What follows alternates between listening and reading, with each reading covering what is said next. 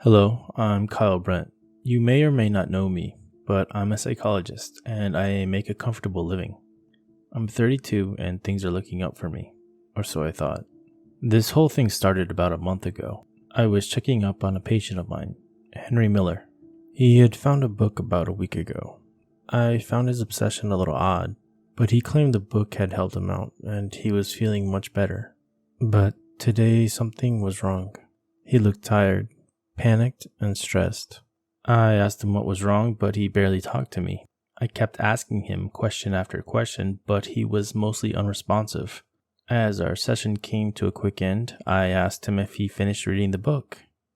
He suddenly looked at me dead in the eyes, with a serious expression on his face. "Take it," he whispered. "Henry, what do you mean?" I asked.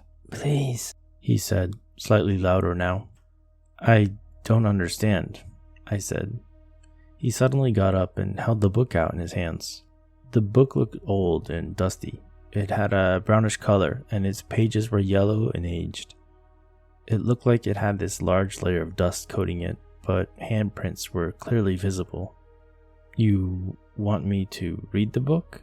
I asked cautiously, pressing an emergency button on the wall that called down security. He saw what I did and lunged at me, knocking me to the floor and sending the book under the desk. I quickly moved my hands to defend my face as he clawed and scratched at me, screaming at me. Security was able to get here before anything escalated. They detained Henry and dragged him away.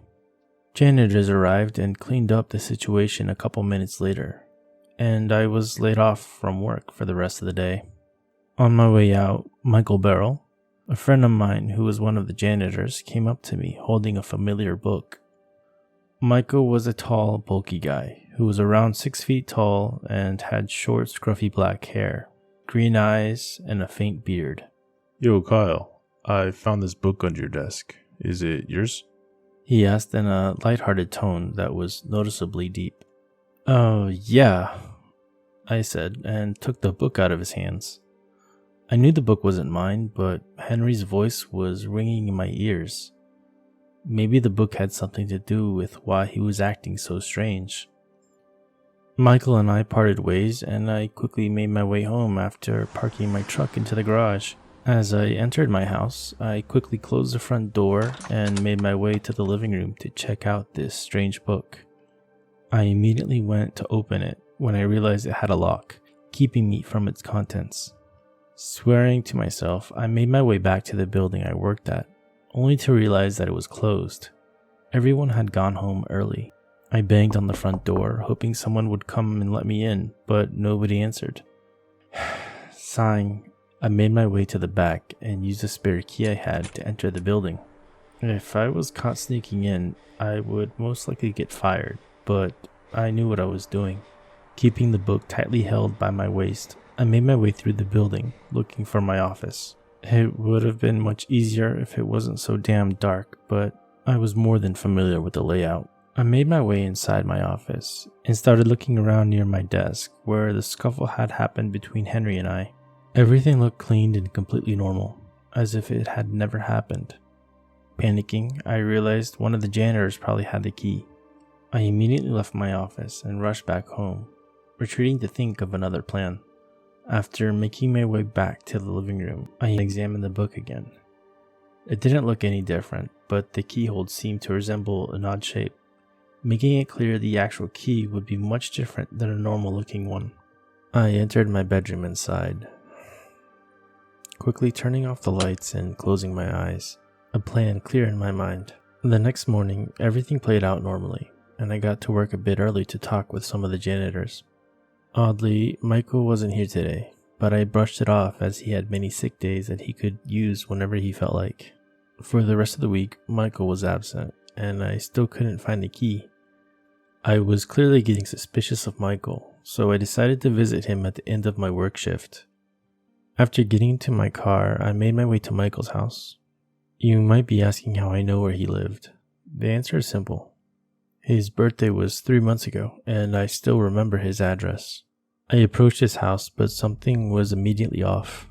The house looked abandoned, desolate and barren. I quickly made my way inside and looked around. to realize that Michael wasn't at home.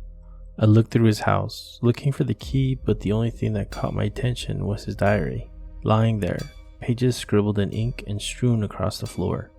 I grabbed a couple of pages and found one that was from today. It's been 5 days and I can't stop thinking about it. The key to everything I desire. To everything I need. I know where it is. Mine. Give it to me. The door To my happiness. I'm going there today. If he gets in my way, I won't hesitate. I was in complete shock. Michael was at my house right now, trying to get to the book that is in my bedroom.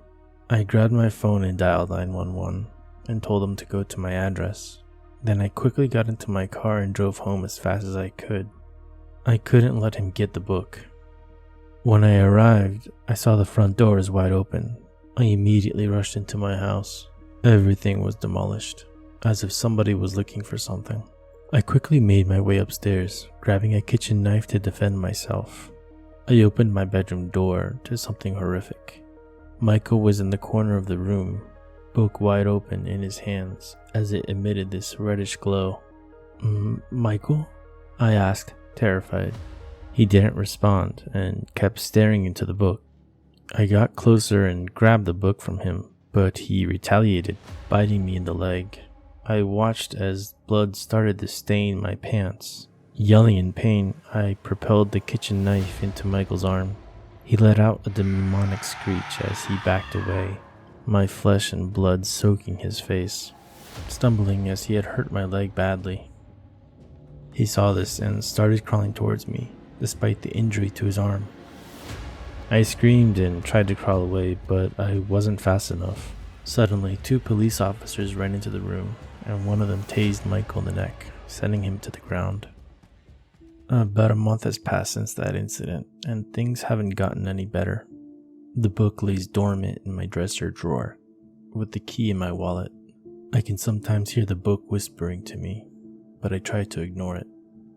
Michael is presumably in the local mental hospital, St. George's or something. I jotted all this down in my diary as the book sits in front of me. I don't remember taking it out of the drawer, but maybe one look won't hurt. Just a glance. Right?